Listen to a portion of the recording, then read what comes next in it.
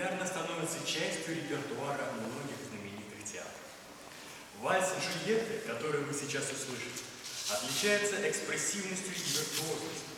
Здесь, в Италии XIV века, в Вероне дается пышный бал-маскарад в честь дня рождения Джульетты, дочери сеньора Капулетти. Юная прекрасная особа живет в девичьих грезах и слышать не хочет о замужестве. В своем знаменитом вальсе Джульетта поет, что любовь приносит лишь скорбь, а ей хочется жить в мечтах и наслаждаться жизнью. Но через несколько мгновений она встречает Ромео из враждующей семьи Монтекки, и оба тут же влюбляются друг в друга.